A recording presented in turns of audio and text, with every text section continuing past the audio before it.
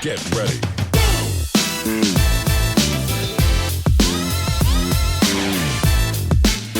So now we can dig into these 5 style-specific outline effects here.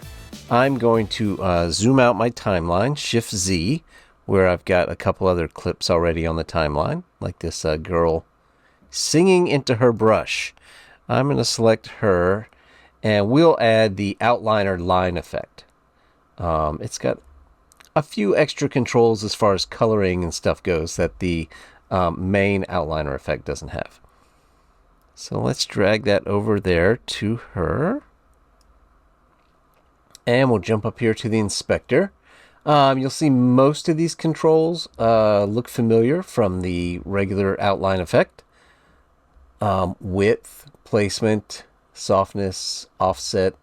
These are all the same. We'll increase the offset a little bit on her. Placement centered, and we can put it outside like we did before. So maybe the offset doesn't need to be so much. Don't need to move her to the background unless we were going to, change the position like this, whereas it would kind of go over her. So we'll just reset both of those. The opacity of the outline, of course, we're going to keep it full. We're going to talk about trace in another tutorial or another section of the tutorial. Wriggle. Yeah, let's give her a little wriggle. Why not? That's always fun. Threshold, we don't need to mess with. She is completely opaque. So down here in the color section, this is all outline specific. We don't have any of the textures. That occupies a lot of space. If you need to mess with the textures, use one of the 2 main outliner effects. All right, but what we do have is some extra color choices. Like we can do a gradient on our outline. That's going to enable gradient color 1 and gradient color 2. Let's click on gradient color 1 and make it yellow. And gradient color 2, I don't know, maybe we want it orange? No, that's not enough change. How about we'll go back to the blue. Turn off the color picker here. And you'll see once you switch it to gradient mode, you've got a couple controls on the screen where you can sort of control how the gradient plays out. If you wanted it to go left to right, you could kind of arrange the start and end colors to be like this. Or if you wanted it to go kind of diagonal, we'll do that. We'll set it like this. Yep. Let's get the yellow to start right up here and the blue to end. That looks pretty good.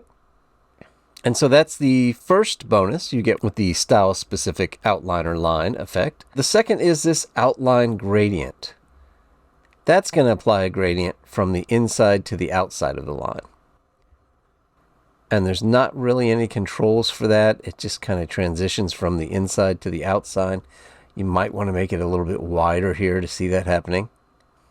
Let's make it really wide. So that's kind of unique in its own right. But those 2 options, the gradient and the outline gradient, are not available in the regular outline effect. I'm going to shrink this down a bit. Put it back to the regular gradient. And we've got some wiggle applied there, right? So let's go ahead and play that back and see how that looks.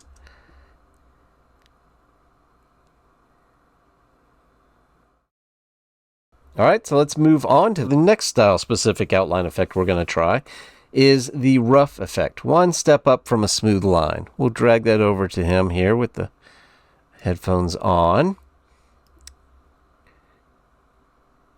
And so we'll jump over here to the inspector. And you see the all these controls are the same here, but what's different is down here we have the same new color selections that we had in the line effect. But we have this right here above it. We have the rough section. So there's 3 little controls just for the rough outline that are not available in the standard outliner effect. So let's play with those. The size of the roughness can get really granular, or you can get really fine. And I tell you what, let's go back up to the top here and click on the placement being on the outside. That way we can see what's going on a little better. And we might want to offset this a little bit too, so we know exactly what's going on with our outline. So we can play with, like we said, we can play with the size of the roughness, almost down to a fully smooth line. And we could go back up to the top and make our line a little wider, I think. I always like a little bit of this wriggle in here. It just adds a little motion to the outline. But if you change this speed section on the roughness, that actually adds a little motion to these little rough edges. I guess they kind of move around the edge. So we'll add some of that there. And the smooth, that just kind of adds a little bit of extra roughness, a little more particles. A little more rough particles than without it. I usually leave it on. And if we want to, we could add a gradient to this as well. I'm gonna... That's okay, but I kind of like this this kind of pink here. Let's drag that to gradient color 1. And we can leave this blue down here because it kind of makes a nice purple as it transitions. And we'll move our gradient, we'll move our line, and we'll have this one go diagonally right to left. I really like the purple, so let's move that in here. That looks good. Let's see how that plays out.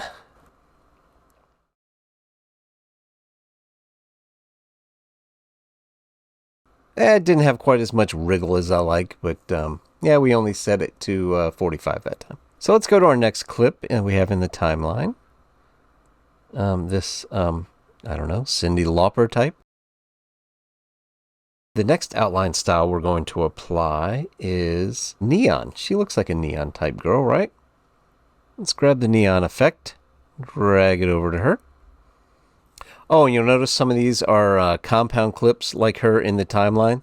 That's because these were originally stock footage green screen, and it just makes it a little easier, a little cleaner to key it out with the green screen and then make it a compound clip. That's all I did here. That way you don't see the green screen effect up here in the inspector as well. All right, well, she is neon. That is for sure. Once again, back here, the outline section, all the same. Maybe we make her a little thinner outline, and we will put it on the outside again and increase the offset. And of course, we have the gradient colors we can apply down here again. I don't think we'll do the gradient, but we will just change her outline to, how about just pink? This time I'm going to use the eyedropper here and choose this pink from her hair. That works. So the controls that are different in this one, of course, are the neon controls right here above the color controls. We can change the outer brightness of the neon, the outer glow, the inner brightness, and the best way is just to play with them.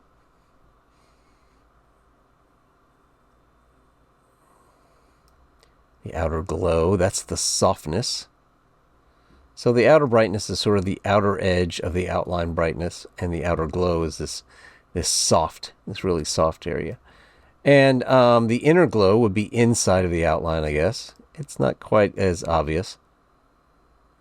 If you look real close, you can kind of see. You can kind of see how it's a little darker here in the middle. Anyway, just play with those. It gets very specific. The edge intensity, if I lower that to next to nothing, you see how it's just kind of soft and bland. Crank it up, and you've got this nice hard edge. I'm going to just reset these. I liked it at the default there. Maybe. A little thinner. And alright, why not? Let's do a gradient. Put the pink as the first color. And the second maybe yellow. Sure. That looks pretty good. I'll go with that same angle. Maybe less pink.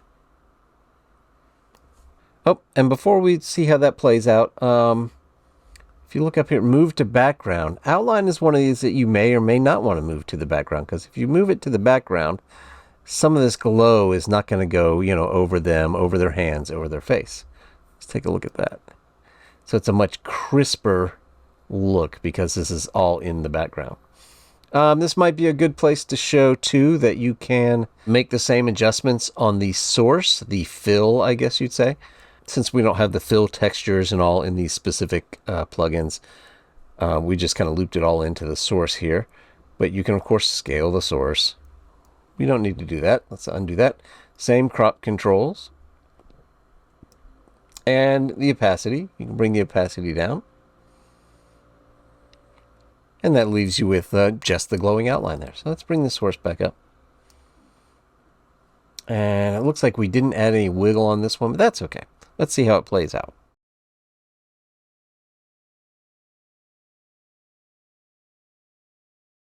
Okay, so moving on, let's take a look at the extrude effect. I will drag that one onto our guy here. Another person with headphones. Okay, and so right away over here in the inspector, you can see we've got the same global controls for extrude. The width, the placement, the softness. I think the width is okay. Let's go ahead and we'll move it to the outside. And as you can see, the extrusion is definitely in front of him, kind of covering his face and all. So we want to move the extrusion to the background. There you go. All right, a little farther below, you see, of course, we have the same color controls if we want to. We can change that to a gradient.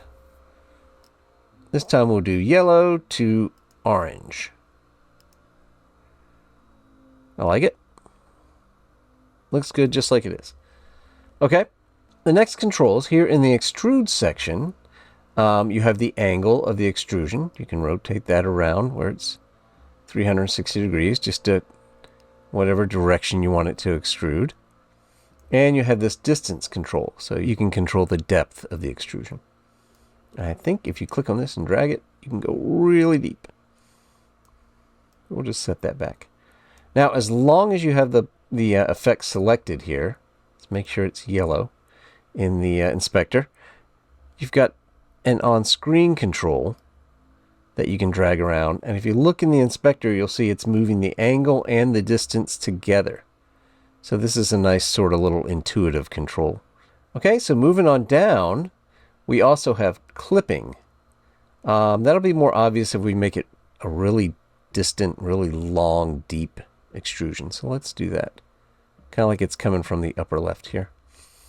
I think we can actually make it a little longer if we drag. Nope, 500 is the maximum we're going to get. So if we adjust the clipping, let's just drag it so you can see. It's actually clipping either the end of the extrusion or the beginning of the extrusion if you go this way. Let's just reset that though. The back size, this is going to shrink the beginning. So it looks like it's coming from farther away. The front brightness control is right here. If you bring it up to all the way up, it's going to be the exact same color as the outline. And we'll just leave it somewhere there at its default. Now the back brightness, you might want to make this really dark if it's kind of looking to come from nowhere, I guess. I always think that looks pretty good. And why don't we add some wiggle to this thing? Maybe give it some more offset. And maybe make it a little wider. I think I'm going to lower the front brightness. All right.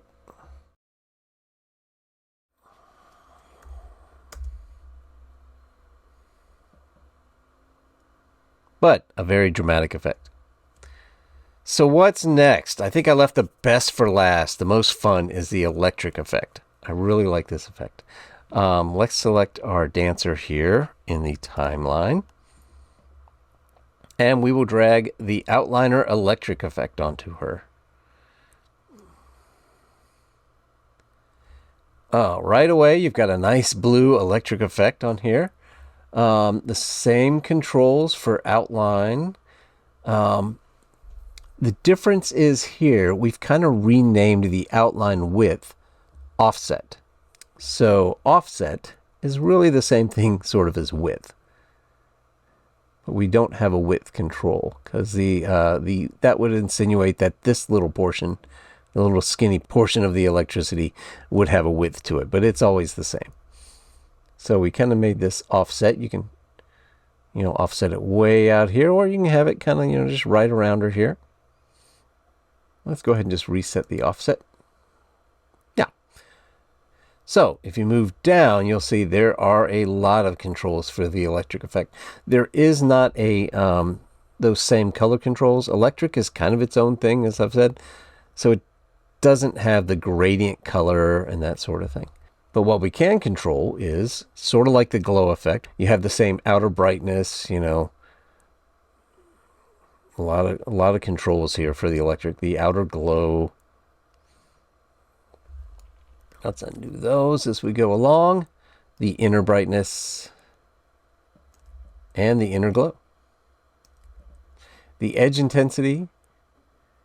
If you drop that all the way down, you end up with no electricity in there. And the size. What the size is referring to is, unlike the other ones, it's not a width of the outline. It's the size of these, electrical chunks, sparks. So if you've got a smaller image, you might want it to be a little less, well, actually a little more resolution, a little more granular. But if you got like a really big object, you might want the arcing, to be a little bigger. Anyway, you can play with that right there. The speed, these are always moving unless you put it at 0. If you put it at 0 as you scrub through, it doesn't really move. Let's reset the speed. And that's going to give you sort of that continuous crackling, kind of a look of, lightning or electricity. And let's see how that looks. I'm not sure we've really changed any of the controls here. Oh, I guess we made the size a little bit bigger. But that's the electric look for you right there.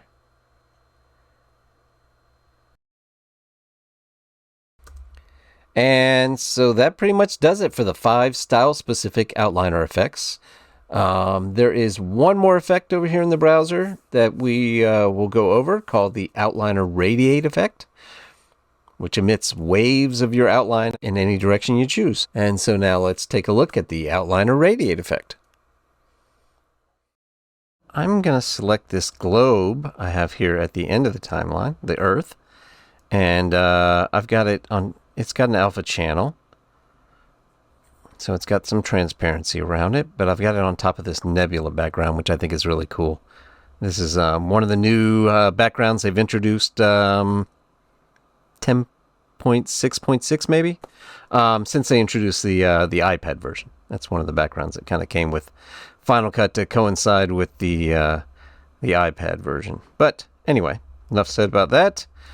Let's go ahead and add the Radiate Effect to the Earth. We can quickly take a look at how that looks without any adjustments. Pretty cool.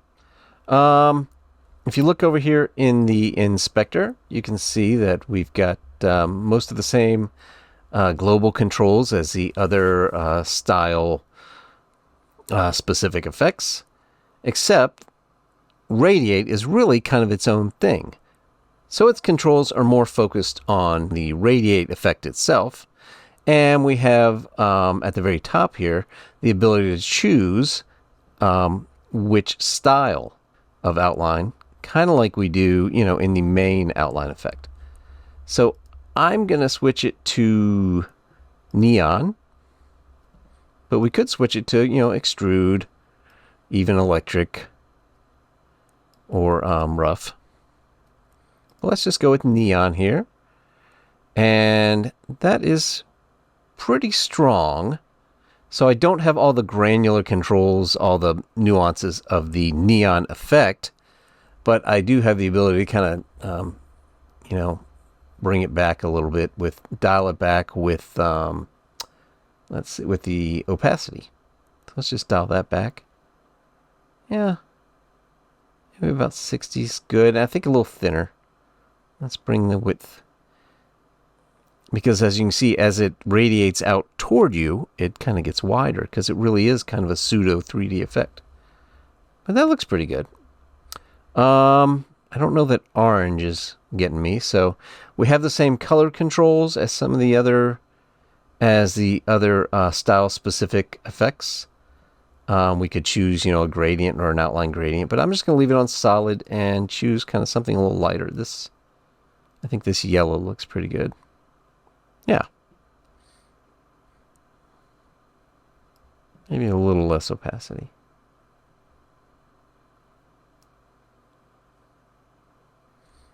I think that works. So getting into the radiate controls themselves, the intensity control, that's how fast and how many emitters are occurring at once. So as it stands right now, there's just one or two at a time, and they radiate about to full edge of the screen and then kind of fade away. So increasing the intensity, you'll get more emitters, and you'll get and they'll move faster and be on the screen longer. So if we take it up to 80, you can already see there's like 4 of them on there at once. They should be moving faster. So that's the intensity control. The angle control, these are essentially, think of them as emitting in 3D space. So you can control the angle here. This is the up and down vertical angle.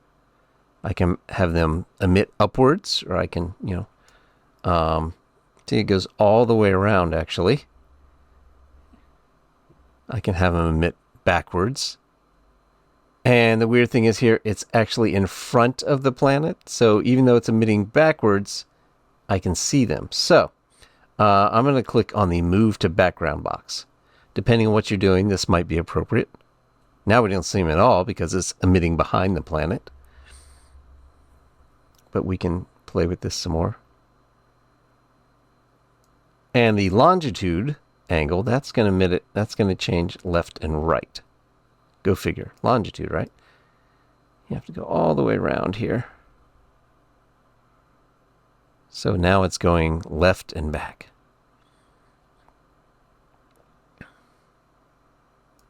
But why don't we just reset both of these, because I just wanted to go straight towards us.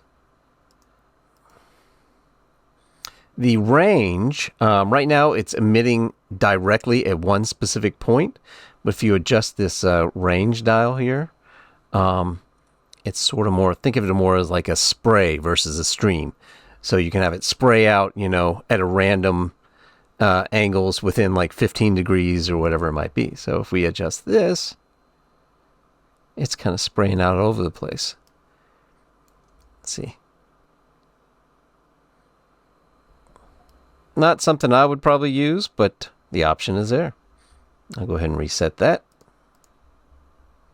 There is one more option down here at the bottom, the source frame option. Doesn't make much difference on this this globe right here. But if you've got somebody walking or jumping or something like that that you're outlining, or a car, you might want to... What happens is the radiate effect is sourcing one specific frame of your source clip, creating an outline on that frame and radiating it forward, multiple copies, emitting multiple copies of that outline.